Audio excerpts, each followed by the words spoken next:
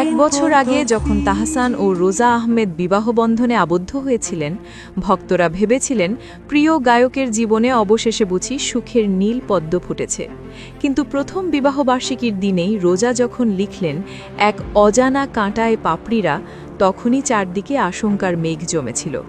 মাস দুয়েকের রহস্যময় নীরবতা আর ভক্তদের হাজারো জল্পনার অবসান ঘটিয়ে অবশেষে তাহসান খান নিজেই বুক ভরা হাহাকারে স্বীকার করলেন সেই নিষ্ঠুর সত্যি। হ্যাঁ, আমাদের বিচ্ছেদের খবরটি সত্য। সঙ্গীত আর গ্ল্যামারে মোড়া এক রূপকথার গল্পের এমন করুণ পরিণতি কেন হলো, তা নিয়ে এখন তোলপাড় পুরো শোবিজ অঙ্গন। তাহসান ও রোজার বিচ্ছেদের গুঞ্জনটি দানা বাঁধতে শুরু করে তাদের প্রথম বিবাহবার্ষিকীকে কেন্দ্র করে। ২০২৫ সালের ৪ জানুয়ারি তারা বিবাহ। আসসালামু আলাইকুম, সবাই কেমন আছেন? আশা করি সবাই সুস্থ আছেন, ভালো আছেন। তো অনেকেই বলতেছে আপু তাহসানের তো সারাসারি হয়ে গেছে, তুমি কি জানো? আপু, তাহসানের মতো লোকের সারাসারি হয়ে যাবে না আর সেটা জানবো না। এখন তো খালি মনে করেন আমরা ফেসবুকে ঢুকলে তাহসান আর তাহসান আর তাহসান আর রোজা রোজা ম্যাডাম আর তাহসান। হ্যাঁ, তো আসলে কইছে কি, বাজারের মানুষ কখনো ঘর বন্দি থাকতে পারবে না। যাদের ল্যাংড়া হইয়া চইলা অভ্যাস, যাদের এক রাত শুইয়া লাখ টাকা কামায়া অভ্যাস, তাদের কিন্তু ঘর সংসার ভালো লাগবে না। রোজা কি জানতো না? রোজা তো সব জেনে শুনি তাহসানকে বিয়ে করছে। যে তাহসানের একটি মেয়ে আছে, তাহসানের ডিভোর্স হয়ে গেছে, তাহসানের বউ মিথিলা ছিল, এবং যেহেতু তাহসানের একটি মেয়ে আছে, মেয়ে তো তাহসানের একা না, মিথিলারও। মিথিলা যদি খানকি হয়ে থাকে, খানকির মাইয়া হইল ওই তাই না? মিথিলারও অনেকে দেখি খারাপ বলে। হ্যাঁ, খারাপ বলে, বনাবনি না হলে মানুষ কি করবে? একজনের সাথে যদি আমার সাথে বনাবনি না হয়, তার কি করার আছে? কিছু করার নাই। তো এখন বলে মানে কিছু কিছু জায়গায় শুনলাম আর কি, যে মূলত সংসারটা ভাঙতেছে, মিথিলার সাথে যোগাযোগ রাখতেছে তাহসান, এবং তার মেয়ের সাথে কথাবার্তা বলতেছে। এইটা করা যাবে না, রোজা বলছে এটা করা যাবে না। এইটা যদি করো তাহলে তুমি এই সম্পর্কই রাখো, আমাকে বাদ দিয়ে দাও।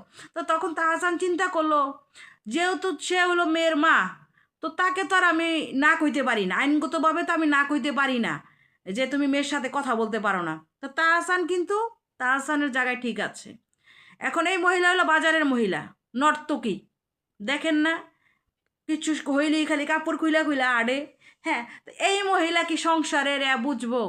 তাহসানের মতো একটা ছেলের সংসার এই মহিলা করতে পারতেছে না। এই মহিলা কোনো মাইশের চুদা? আর তো আমার তো মনে হয় যে আরে কুত্তায় চুদ্দা পছন্দ পছন্দ করছে, জন্ম দিচ্ছে। নাহলে ভালো মানুষ চুদ্দা পদায় করলে, তাহসানের মতো একজন ব্যক্তিত্বওয়ালা পুরুষ, দেখতে সুন্দর, শিক্ষিত, আমি মনে আমার কাছে তাহসানকে অনেক ভালো লাগে। অসাধারণ একজন ব্যক্তি সে, হ্যাঁ, এবং অসাধারণ হলো তার ব্যাকগ্রাউন্ড, অসাধারণ হলো তার ব্যক্তিত্ব। তো এমন একটা মানুষের সংসার এই মেয়ে করতে পারলো না। বিয়ে হয়েছে তো কি হয়েছে? একটা ছেলের বিয়ে হইতেই পারে, কালকে আমার ডিভোর্স হয়ে যাবে, ডিভোর্স হয়ে গেলে তো কি হয়েছে? আমার যদি কারোর সাথে না মিলে তো আমার তো ডিভোর্সটা হবেই, কিছু তো করার নাই ভাই। এটা নিয়ে কাউরে টোল করার কিছু নাই।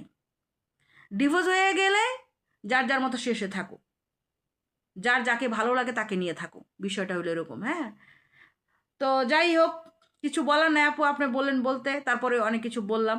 ওই মহিলা খারাপ, যে রোজা, এই মহিলা খারাপ। এই হলো আর এক খানকি, বেশ্যা। হ্যাঁ, মানুষ দেখবেন ওই যে যাদেরকে ওই পতিতলায় যারা কাজ করে তাদেরতে খারাপ হইলে সব মায়া লোক, বুঝছেন? এই যে মিডিয়াতে কাপড় খুইলা যারা এহারে, তাদের চেয়ে খারাপ হইলে সব মায়া লোক। পতিতলার মেয়েদেরও কোনো একটা আছে, ধর্মকর্ম আছে, এদের কিচ্ছু নাই। এরা টাকা পাইলে দুনিয়াতে যা খুশি তা করে। যা এদের নতুন একটা লাং বাতার পাইছে, এখন কোন জায়গায় পাওয়াতে মনে করেন এখন আবার তাহসানরে ছাইরা দিচ্ছে। এখন আর তাহসানরে মজা লাগতেছে না, নতুন একটা মিশিং লাগবে, বুঝছেন? আর কি বলবো, সবাই সুস্থ থাকবেন, ভালো থাকবেন, রিঙ্কু নিউট্রিসের সাথে থাকবেন। বেশি বেশি লাইক কমেন্ট শেয়ার করতে কিন্তু বলবেন না। আমার পেজটা কিন্তু ডাউন করে দিতেছেন আপনারা, আমরা যা দেখতেছি, এইটা কিন্তু আপনাদের কাছে আমি আশা করিনি।